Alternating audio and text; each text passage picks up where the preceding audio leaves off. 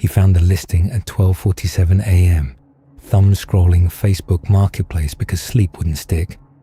Used Nintendo Switch, grey Joy-Cons, 2 games. Works perfect, need gone tonight. Price, $140. Low, but not insane low. Just low enough to make Mason Ward stop. The seller was Cara Lindley. Her profile didn't scream fake. A couple public photos, a dog, posts spaced out over time. Mason messaged. Still available? Reply came fast. Cara. Yes. Porch pickup only. Cash under mat. I'm sick. Porch pickup wasn't weird anymore, but cash under mat felt like the start of a bad decision. Mason tried to make it normal. Any drift on the Joy-Cons? Can you send a pic powered on? Cara. No drift. It works. I'm not doing pics tonight. If you want it, come now. That wasn't a scam alarm. It was a control alarm. Come now. No questions. Mason asked for the address. She sent it. Then another message followed immediately. No knocking. Don't ring. Just take the bag with your name. Be quick. Bag with your name made Mason frown. Marketplace showed Mason, sure, but not Mason Ward. He hesitated. Then texted his friend Jordan Pike.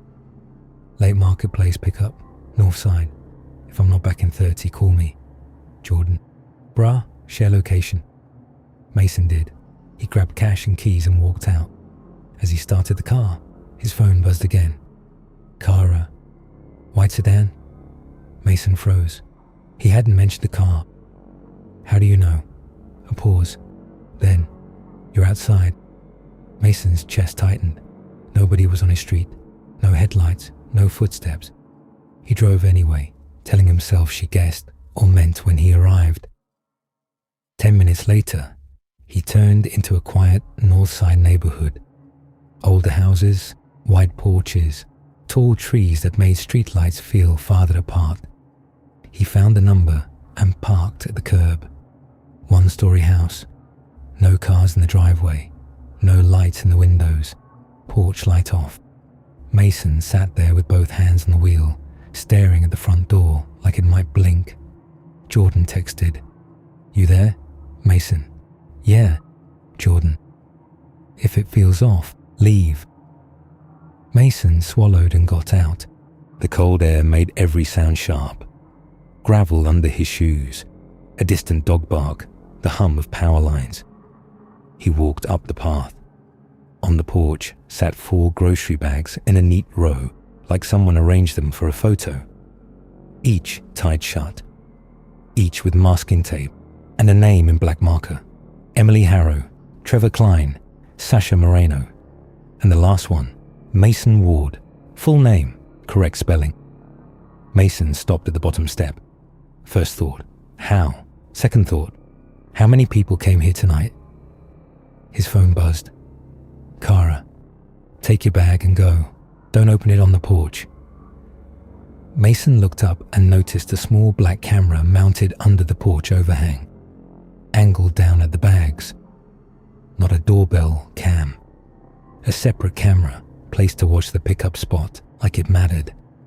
Mason forced himself to move like nothing was wrong. He stepped onto the porch and lifted the bag labeled Mason Ward. It felt too light. A Switch Plus game should have weight. This felt like paper and air. He didn't open it there. He walked back fast, not running. Running would make it true. He got into his car, locked the doors, and pulled the bag into his lap. Cold fingers fumbled the knot. Inside was a folded black t-shirt, cheap and new.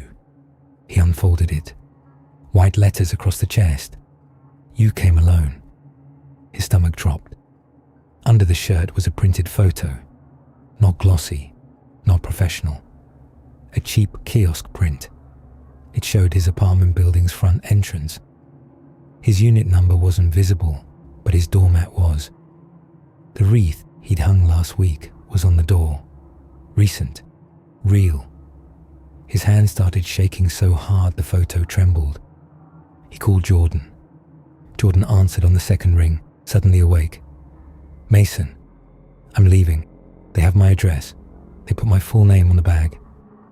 Jordan, do not go home. Go somewhere public. Gas station. Bright lights. Mason put the car in drive. His phone buzzed again. Kara, you forgot something. He didn't respond. He pulled away from the curb. In the rearview mirror, the porch light snapped on. Harsh white LED, and the front curtain shifted like someone leaned closer to watch him leave. Not enough to see a face. Enough to know he was being watched. Mason drove to a 24-hour gas station on a main road, the kind with bright canopy lights and obvious cameras. He parked under the brightest light and stayed in the locked car, breathing through his nose. Jordan stayed on the phone. Jordan, read me the messages. Mason opened Marketplace, then went still. The conversation was gone. The listing was gone. The seller's profile wouldn't load, like it never existed. Mason, it's gone. The chat disappeared. Jordan, don't go digging. Keep eyes up. Get inside the store. Mason's phone buzzed. Friend request from an account named Mason Ward. His exact name. No profile picture. Grey silhouette. Mason's pulse jumped. Jordan, don't accept it. Mason didn't. He opened it. The account was empty, but the cover photo was fresh. Mason's car under the gas station lights, shot from behind at an angle that meant the photographer was nearby. Mason looked up and scanned the lot. A man in a hoodie near the ice machine. A woman pumping gas. A car idling near the far exit. Headlights on, non-moving. Jordan. Mason, inside, now. Mason got out, keys clenched, and walked fast to the door without sprinting. Inside was fluorescent light and stale coffee. The cashier sat behind thick glass. Mason went straight to the counter. Can you call the police? Someone's following me. The cashier's expression changed and he grabbed the phone. Jordan, I'm on my way. 5 minutes. Stay inside. Mason leaned on the counter, trying to slow his breathing. His phone buzzed again. Message request from the account using his name. 4 words. Tell Diane to stop. Diane Ward was his mom. Mason, they know my mom's name. Jordan, how? Mason's brain raced. Then he remembered. His Facebook profile. Last week, his mom commented on a public post. Love you. Easy to find. Easy to click. Not hacking. Just looking. That made it worse. Another buzz. I can see you. Mason stared through the store window. The idling car near the exit shifted position slightly, like it adjusted to keep the entrance in view. Jordan, don't leave the cameras. Do not engage them. Mason tried to call his mom. No answer. He texted, Mom, do not reply to any new messages. Block any account with my name. Call me. Mason's phone buzzed again. A notification. Diane Ward accepted a friend request from the account named Mason Ward. Mason's stomach turned. Jordan. What? Mason. My mom accepted it. She thinks it's me. Jordan swore softly. Tell her right now. A new message came in from the fake account. Good. Now listen. Mason didn't reply. He just called his mom again. This time she answered, voice shaky. Diane. Honey, are you at a gas station? Why are you scaring me? Mason. Mom, that account isn't me. It's fake. Block it. Don't click anything. Diane. It has your name. Mason. That's the point. Block it. A pause. Then she whispered. It sent me a photo. Mason. What photo? Diane. Your car, from behind. Like someone is there. Jordan's voice tightened on speaker. They're using her to control you. Outside, the idling car still hadn't left. It didn't need to. It was already doing what it came to do. Watch, measure, pressure. 2 police cars finally pulled into the lot. The idling car rolled forward like it might leave. One officer angled his headlights toward it. The car hesitated, then drove off calmly, not fast, like it expected to get away because it usually did. The officers took Mason's statement. They photographed the shirt and the printed photo. One of them said, carefully, "This is stalking, and it may be part of a pattern." Jordan asked to check the address. They went. 2 patrol cars, lights off. Mason followed behind because he needed proof it was real. The house looked the same from the street. Quiet, dark, ordinary. But the porch was empty. No bags, no camera under the overhang, no doormat. The officer knocked. No answer. He shined a light through the window. Dust, bare rooms, no furniture. A place that looked empty in the way empty houses do. Mailbox stuffed with flyers, yard slightly neglected. Blinds half drawn like someone left in a hurry months ago. It felt staged, just believable enough from outside to lure people in, and hollow enough inside to leave nothing behind. Back at Jordan's place, Mason didn't sleep. They sat under bright lights with laptops open, locking down accounts like they were defusing a bomb. Passwords changed, 2-factor on, friends list hidden, phone number removed from public view. Jordan walked Diane through the same steps on speakerphone, calm but firm. Diane kept saying, "I just thought it was you."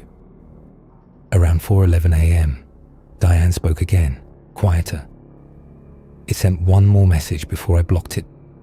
"Mason." "What did it say?" "Diane." "He listens when he's scared." Mason stared at the printed photo of his door.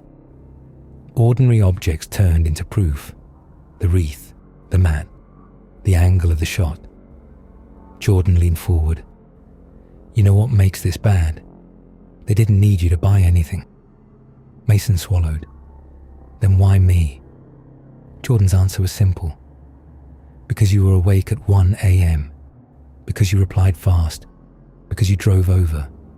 Because you followed instructions." Mason looked down at the shirt again. "You came alone." He thought about the other names on the porch. Emily Harrow, Trevor Klein, Sasha Moreno. Real-sounding names written like labels. He tried searching them later and found nothing obvious. That didn't mean they weren't real. It only meant the internet didn't owe him answers. By morning, the fear didn't feel like a jump scare anymore. It felt like a lesson. The real horror wasn't a monster in the woods. It was a normal app people used every day. A normal message, a normal address, a normal porch, and a stranger who didn't have to force anyone to come close. They just had to offer a decent deal late at night and wait for someone who thought they were too smart to be the one who ended up on the wrong porch.